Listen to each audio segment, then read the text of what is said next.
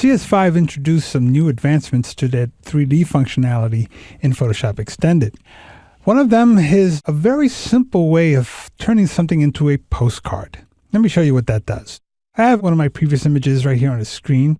And what I'm going to do is I'm going to turn it into a layer by double-clicking on it in the Layers panel. Turns it into a layer. There it is. Now it's a layer. I can go in here and say, under 3D, New 3D Postcard from Layer. Click OK. And there it is.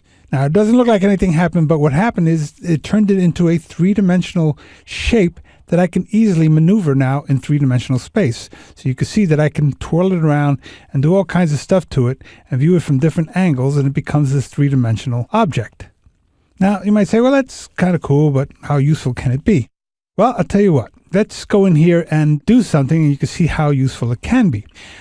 When you're trying to emulate the third dimension, a lot of things have to be taken into consideration, and perspective is one of them.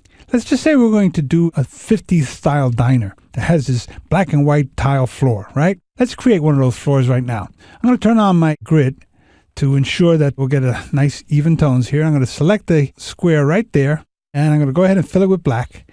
And I'll duplicate that one straight down here. Then I'm going to select both of them with the two white ones on either side there, and I'm going to say Define Pattern. There it is. So now I can deselect that.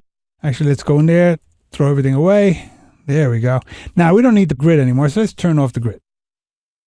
In a layer on top of this, I'm going to fill that with that pattern we just created.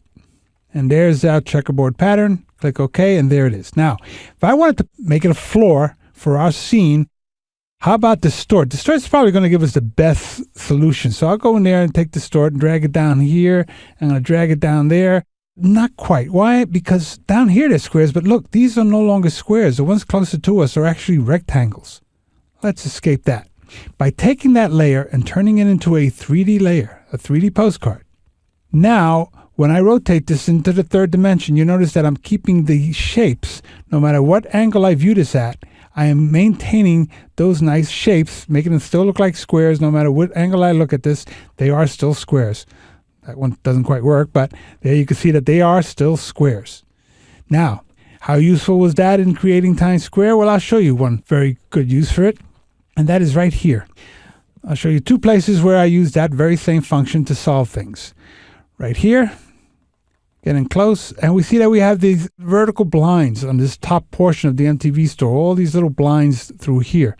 And then over here, we have this little pattern up here which is being reflected at two different angles in the windows down below. Well, here's a case where it was easy to make a simple pattern and then have it go into the third dimension to fill the spaces that I wanted. So we'll go back into that untitled file, and here's where I'm going to create my little vertical blinds. So I'm going to create a long line like so. Here's my line. I'm going to fill it with black. Okay, that's good. So now I'm going to select this. Just like this. Let's give a little space between it like that. Now, in creating a pattern, this space plus the space next to it will mean how far this line is going to be from its neighbors on the next side. So I'm going to turn that into a pattern. Define pattern. So now I can take that and throw it away. Background color, there it goes. It's gone. So let's pull back just a little bit. There it is. So now I'm going to create a layer. And this layer, I'm going to fill it with that pattern. The pattern and the line I just created, there's the lines. Now, going back in space, these lines are going to get smaller or thinner and get closer together. Now, to create that line by line is very labor intensive, but by turning this into a 3D layer, I can go in there and do this easily. So I'll say New 3D Postcard from Layer. There it is. So now I can easily rotate this back in space, and you can see that the lines are getting thinner as they get further away, and they are getting closer together, and so on, just as they would in the real scene. And it creates the illusion of the lines moving back in space, and the trick was done easily.